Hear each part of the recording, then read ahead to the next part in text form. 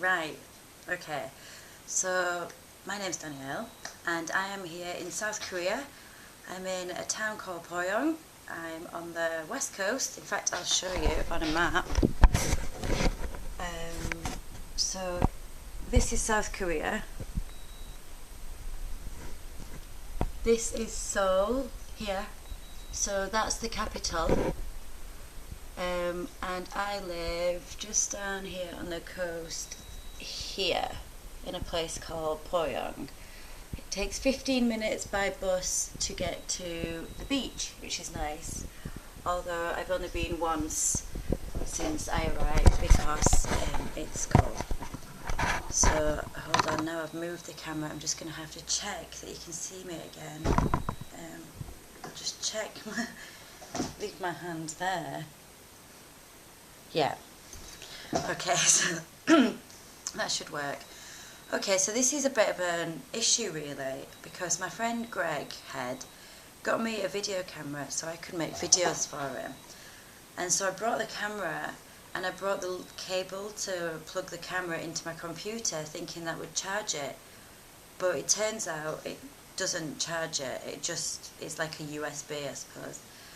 So I've been here about 2 months now and I've been thinking about making videos and I've been wanting to make videos, so I've tried to buy a battery charger online in Korea, but that's not as easy as it sounds.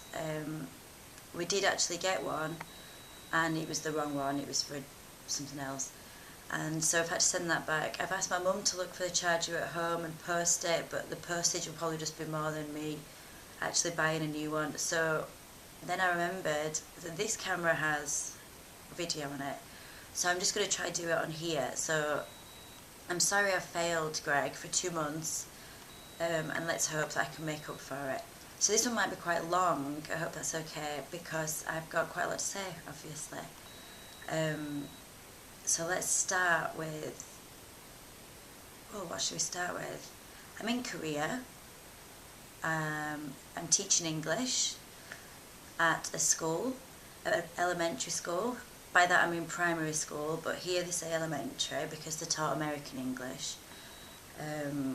So I now say elementary, but I hope that when I get back to England I'll learn to say primary school again. So I teach at a primary school. My kids are aged between, I don't have any first graders, again American, I mean first years. But I don't have any first graders, so I only teach from grade 2 to grade 6, so that means my kids are like, I don't really know, 6 years old through to about 11 in English age, but Korean age add 2 years on for that, so they're like 8 to 13, I think that's right. They add 2 years on because they add a year when it's the lunar year. So in Korea I'm actually 31, which is highly depressing. So scrap Korea, I'm English. In my country I am 29, which is also equally as depressing. Because I had my birthday a few weeks ago, which was great actually. Well, the celebrations were good. My actual birthday I cried pretty much all day because I'm 29, which means I'm 30 next year. And to anybody watching this who's over 30, you know, I'm sorry, but you probably felt this as well. It's quite depressing. Well, maybe you didn't feel this because maybe you had your life sorted out, but I don't. I don't even own a kettle. I don't own anything. I mean, I have very little debt, to be fair, for my age, excluding student loans, but they don't really count, do they? Especially when you don't live in the country. But I don't really know what I want to do in my life. I enjoy teaching, it's good, but what I do know what I want to do in my life, I want to own a retreat. I want to live on a beautiful property in the sunshine and grow vegetables and have animals, not too many because they're a bit of hassle, but like cats, chickens for sure, and have people come stay and give them courses on, well, my boyfriend's a photographer, so hopefully he'll be there, photography courses, and they can come and like artist retreats or rural retreat, writers retreat, musicians come, be inspired in this place of beauty. and just have a really nice peaceful life. That's what I want. But to do that, I need to buy a property, which means I need to have a job first to earn some money, which is the problem. Because I'm not very good at staying anywhere. I'm very good at doing stuff for 6 months and then leaving. Like, for instance, I planned on coming here for a year, but I've already decided I'm leaving and I'm going back to my job in Edinburgh. Anyway, that's a digression they probably didn't care about. So I'll tell you about Korea now. I realised I was in Korea. I've been before, bear in mind, in 2011 I came for 6 months as well. And I lived in a tiny rural place down south called Hapcheon, and it was wonderful. It was so cute and pretty and really peaceful. Boryeong is actually not that peaceful. It's quite quiet in terms of noise, but I live on a street with lots of restaurants and bars and neon lights, because Korea loves neon lights. In fact, I'll show you outside if you want. It's a bit, Korea's quite dirty in terms of dust and things. It's quite sunny today. So that's basically what the buildings look like around here. And you can see the garden there. That's someone's farm, because there's loads of farms around here as well. It's supposed to be a rural area, but compared to where I used to live, I wouldn't say it's particularly rural. But it's nice, it's cool. I'm glad I've got this experience as well, because last time was really quiet, and I was really lucky because 2 of my best friends, Emma and Becky, came for a month each, so I wasn't too lonely because I had them with me. But now I'm like lucky I've got this, like, it's a decent sized town. It's cool. So anyway, so I live here and I teach there, and the first time I realised I was in Korea, this is when I first started remembering I wanted to make videos. I went for a walk around my town and it was really nice. It was quite cold, because it's still quite cold. Today's actually looks like a nice day, but it was quite cold. And then I was walking down the market streets, and like I say, there's fish everywhere and it's quite dirty. And then I heard this, like, well, it wasn't like that at all. It was a yelping noise, and I looked around and there was a goat in a cage, like a tiny cage. The poor thing couldn't even get up from its bent legs. And that's when I realised, oh yes, I'm in Korea, because they have not that they don't have any concept of animal cruelty, but compared to England, they don't really understand it. There's a dog in the flat across from here, and I hear it yelping, and I swear its owner is like beating it or something. You can tell it's a little dog because it yelps. It doesn't bark, it yelps. But what can you do? Nothing is the answer. So that's Korea. This is where I live. We get like a 1 room. They call it a 1 room. So you're on a desk. You're actually on a bowl, a block, some books, and then on this box, because I don't have anything tall enough. And here are some dolls that we made at Korean orientation. I made the girl as we were instructed, and Dustin, that's my boyfriend, made this guy, which was just his pure genius imagination and rebellious. This is my timetable. I go to work from 2:10 till 4:30 every day. That's it. Amazing here. Desk, TV, fridge. This is a plant I'm growing. I'm not growing it, I got bought it as a plant, I'm maintaining it. And I'm growing some seeds. I don't know whether you can see them. My mum sent me them for my birthday, so I've got basil, parsley and chives going, and I'm actually very proud of them, and I think about them all the time. I went away for the weekend and I was concerned, but they're doing great. There's my washing machine. My bed, everything's quite pink. My Indian fellow that guards me with good luck or something in new places. Desk with my new gym equipment on. Friends, you'll find that quite funny. I've decided to go to the gym. It's free. This is the kitchen. See, it's all in one room. I suppose we'd call it a bed sit. It's quite nice.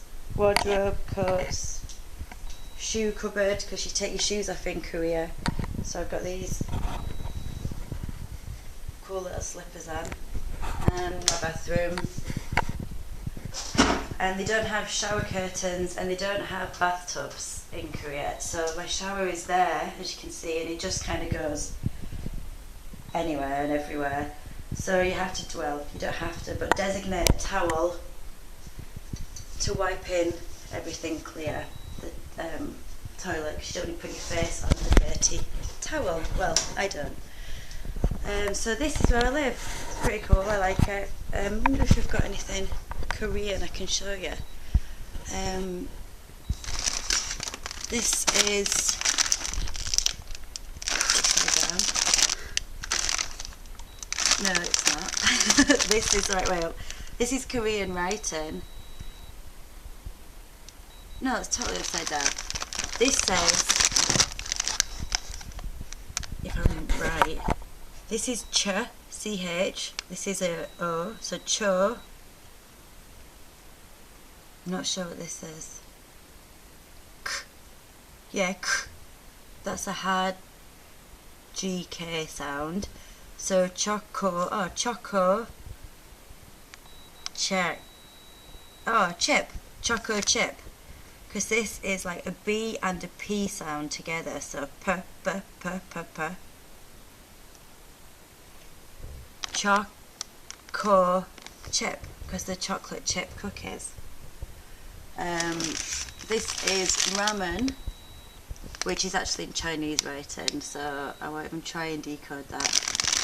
That's Korean, and that says Nong Sim. Nong Sim. I think. Nong Sim. I don't know what it means. So that's it, you can learn the alphabet. Oh, and look at this. You come all the way to Korea, and Home Plus is actually Tesco. So I got some Tesco quality tea so that I can have some English breakfast tea, which is a rare treat, and it's not too expensive, but it's not something you want to just... I can't have a cup every day because I'm tight and I'm trying to save money. Oh God, I've got a feeling this might be really boring. I should have made notes. Well, now I've started doing it, I'll definitely keep up to it, and then I just need to learn how to put them onto YouTube. That's it really. I'm sure I've had lots of funny experiences, and I could tell you about Korea. Well, why don't I tell you about Korea? Korean I'm here doing an after-school teaching programme, so the kids in school are like drilled. Their education here is really important. South Korea wants to be seen as like a bigger country than it is, not obviously geographically, but in the eyes of the world. Some of the greatest technology in the world is from here, so they have Samsung and Hyundai, and I'm sure a lot of other things. But yeah, they're really smart. Well, loads of them are really smart. They've all got gadgets. Look at my kids, my second graders have got smartphones, iPhones, Galaxies, Samsung things. Like, my phone is this. It's actually quite fancy for me, but when my kids saw it, they laughed at me and said, "Teacher, smartphone, smartphone." And I said, "No, I've got buttons and no internet. Internet, anio." Anio means no in Korean. So they're all into that, which is pretty bizarre. They love that technology. If you go on a subway in Seoul, see, they tell you that South Korea is the best internet in the world, 4 times faster than anywhere else in the world. I'm sorry, but that is complete and utter nonsense. Maybe in Seoul, the internet in Seoul apparently is amazing, and I've seen them in Seoul and in Busan, which is another huge city where my boyfriend used to live last time we were here.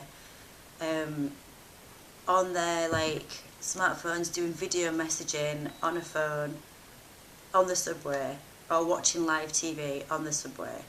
So they're like underground making a video message or watching TV. there are places in my village in Huddersfield where I can't even get normal phone signal. So that does actually show that their internet is amazing. But here, I don't believe it. Whether it's my computer that's a bit naff, I'm really trying not to swear, or what, which I suppose it is, but you can't stream stuff properly. Sometimes I've been trying to watch Downton Abbey, and sometimes I get a full episode without any problems, and sometimes it starts every 2 minutes, so I don't know whether that's the internet, the links, my computer or what, but I certainly would not believe that it's the fastest internet in the world right here in Boryeong. So they love technology, they're all into gadgets, but then there's loads of farming. The older people live off the land, literally. If you go down the street, I'll take my camera. I'm going to start doing this properly, so don't... Well, I say that, but I'm terrible. I'm very good at starting things and not completing them. But Greg has asked me to do this. He even got me a camera, so I'm going to do it. We'll go down a street and I'll show you the markets. It's pretty mad. It's weird coming back a second time because nothing is shocking to me now. And I feel like I'm used to it. I'm not excited to be here particularly. I'm happy I'm here, but I'm not excited. And there's people on Facebook, you know, putting all these pictures and like, oh, I went to a temple and oh, this fish market, this and this, that and the other. And I remember being like that. I remember being completely in awe of the place and just shocked by so much. But now I'm just like, oh, that's what Korea's like, I suppose. But anyway, well, I'll show you, because you may never have been. Well, I know you haven't, Greg, because you're probably the only person watching this. Emma, you have been, because you'll probably watch it as well. I don't think anybody else will watch it, and that is if I can even work out how to get these onto YouTube. Anyway, so I'll show you the fish markets, and because what you'll see is old ladies, they're like 50 years plus. They could probably be going up to 90. I don't know, but they are old ladies. Not that 50's old, you know, like, you'll see the faces are weather beaten. They've been out on the streets for probably their entire life, either in a farm, bent over. They're all crooked like this, literally. The backs are crooked because they've been farming forever. And the farming's really low. It's all from the ground. They don't particularly have trees like nuts or apple trees or pear trees or fruit trees. They're not very good. I don't know very much. I've got to learn it all. That's why I'm off to Mexico. But they're all crooked because the rice grows on the floor and all the leaves. They sell a lot of leaves. So the men go fishing, it seems, and that's why you never see them in the market. The men go fishing and the women sit crouched on the floor for like all day, 10 hours probably, maybe more. I don't know, because I'm only ever there for like 1 hour. But I don't even go past them here, but when I used to live in Hapchon, I used to go past them in the morning and I'd come back and they were still there at night.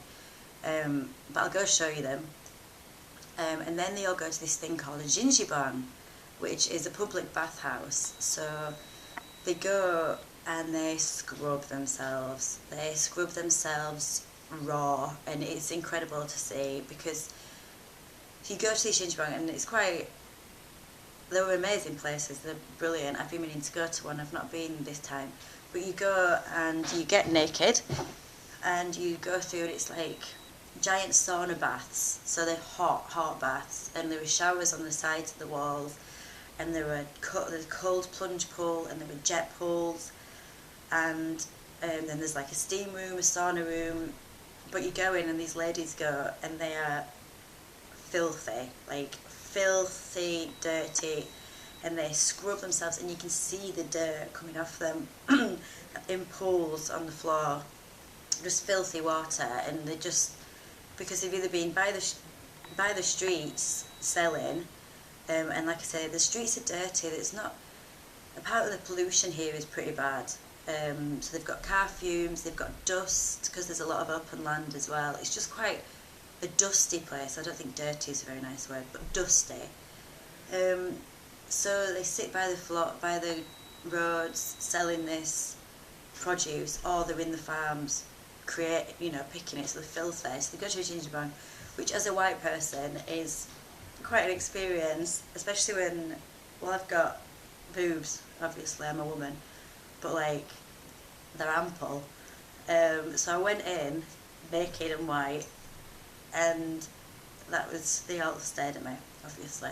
But you've just got to get rid of that thought and realise that, well, you're looking at them as well. I mean, you're probably not looking at them as much as they're looking at you, but we're all the same, aren't we? It doesn't matter. They get over it and they stop looking, and then you can just enjoy this amazing hot bath. When I've been with a few girls before, and they're a good laugh. But if you go by yourself as well, they're just so relaxing, and so you leave and your face is bright red. Well, mine is obviously because I go red. But you're just clean. You're like, you've steamed yourself for however long you go, like an hour, and it's amazing, amazing. And it's about 7,001, so that's like £3, and you can sleep over. In some of them you can, not all of them. But if you sleep over, they give you some, like, a custom uniform, so it's usually orange, knee-length shorts and sleeve and a t-shirt down to your elbows, and everybody's wearing the same. So for the first time you go there and you walk out into the sleeping area and everybody's wearing the same, it does look like a concentration camp, or a jail or some excuse me, or something. But I suppose it's just so they know their clothes are clean on the floor, because you sleep on the floor, because they're heated floors. Everyone's got heated floors. You don't have radiators. Everyone's got underfloor heating, which is amazing.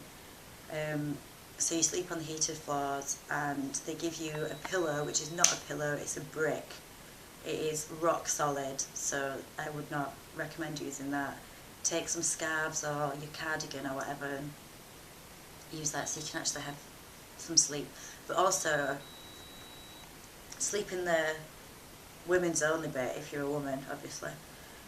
Me and my friend stayed in this mixed bit, but we thought there was no one else in there when we went to sleep, and we woke up to these creepo guys, these creepo Koreans, like, staring at us because we were different. I've got blonde hair, my friend Emma has got red hair, and my friend Laura has got big black curly hair. She's Irish, so she's like got masses of big black hair, and we woke up and yeah, it was pretty creepy. My friend Emma went red, so I shouted at them, which was pretty funny, because one of them was stroking my foot, just kept touching my foot, and I kept waking up and looking at him, and then he'd just pause and freeze like he wasn't doing anything.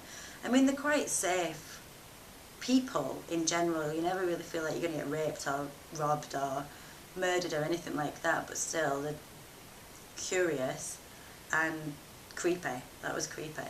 But ginger bungs are safe, so that's why you should always stay in your sex's area. The bathhouses are per sex. You don't have naked baths with men and women. You'll have like women and men. I think some of them you can like hang out together in your pyjamas, but I'm not certain you can bathe boys and girls. I don't think that'd be very welcomed here. They don't even really. Girls here have to live with their parents until they're married. Not have to, but generally. There's still lots of old customs here, which is really nice, and things are changing. So I don't know how long that'll last, because they are becoming more and more westernised. Like, even since 2 years ago, me and my boyfriend noticed a difference. 2 years ago we got stared at so much, and he, like I say, he was in Busan, a really big city, the second largest city in the country, and he got stared at. He's a pretty tall white guy, but here no one cares. So that's quite a big difference. It's obviously they're getting more used to Westerners being here, and there are more Westerners here, I think. Like I said, teaching English is a huge, I don't know what you say, thing here. There's loads of Western people. They give you the best packages in the world. That's why, if you want to teach English, come to Korea. Like I say, I'm here, I work 15 hours a week. I get to school an hour early. So I work 20 minutes walk from here. So I leave my house at like 12:30, just after. Get there for about 1ish, just before. I don't start my classes till 2:10. and the 40 minutes, then I get a 10-minute break, and then another 40 minutes, 10-minute break, 40 minutes, and then I'm done. So I start at 2:10 and I finish at 4:30. I mean, I'm really lucky. My timetable is consistent and same from Monday through to Friday. A lot of people have to go into school at like 9 and don't finish till 4, but because they have classes throughout the day.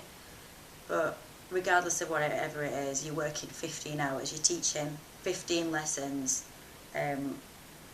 It's called Talk. The program is Teach and Learn Korean. You have to have a degree, but it's a really good program. They set you up with this accommodation, you don't pay rent. They give you entrance allowance, which basically pays for your flight and gives you some spends on the morning extra. And they give you an exit allowance, so that pays for your flight and some extra. They also give you a welcoming allowance. So the entrance allowance, they give you 1,300,000 won, which is like 500 quid, 600 quid, about 600 quid. And they give you that when you leave as well. Maybe 700 quid, I don't know, it changes every day. And then your welcoming allowance is 300,000, so that's like 150 quid, just over. And then they pay you 1.5 million a month, so that's about 1.5. It's about 900 quid a month wage as well. So, and they give you this culture trip money, so if you ever go on a trip, if you keep your receipts, you have to apply for this money, but everybody's entitled to it. You just tell your school that you want to use it for this trip, and they give you, I think it's another 200,000, so just over 100 quid. So they just give you money, and teaching's fun. It's all it's like all game based because it's after school. Like I say, they're really drilled, these kids. They go to school from 8 or 9 in the morning, and they finish regular school at about 2. That's when my classes start. So they have after school English class, and a lot of them have guitar class, piano lessons. Taekwondo is huge over here. And then they go to these things called hagwons, which are private academies, which are just more lessons. That's a lot more English lessons as well. So a lot of these kids go to school from like 8 or 9 in the morning, maybe through till 9 at night, and they're like 10 years old. So it's pretty intense. That's why our lessons are promoted. It's a government-run program, and our lessons are promoted to be game-based. They just want ours to be fun. It's very much based on speech, rather than like grammar, which is good because I don't really understand English grammar. So you have to just play games and teach them basic vocab, and get them comfortable talking English, speaking English, talking with a foreigner. So that's what I do. So yeah, do talk. So that's about it really. It's 10:30 now. Well, 10:20. That's a lie as well. 10:40. And I'm going to go because I've got to go to Office Depot this morning. This is another thing. The school get given 1.5 million won, so again about £900 from Talk for supplies for your class. So I asked my mentor teacher, who's like my boss, if I could get some crafty things. I want some new papers and pens and stuff so I can do crafts with the kids. And she gave me the credit card, and so she said yes, go and get what you want. So I've got to go to the stationery shop this morning, which is quite exciting because I like stationery shops, and buy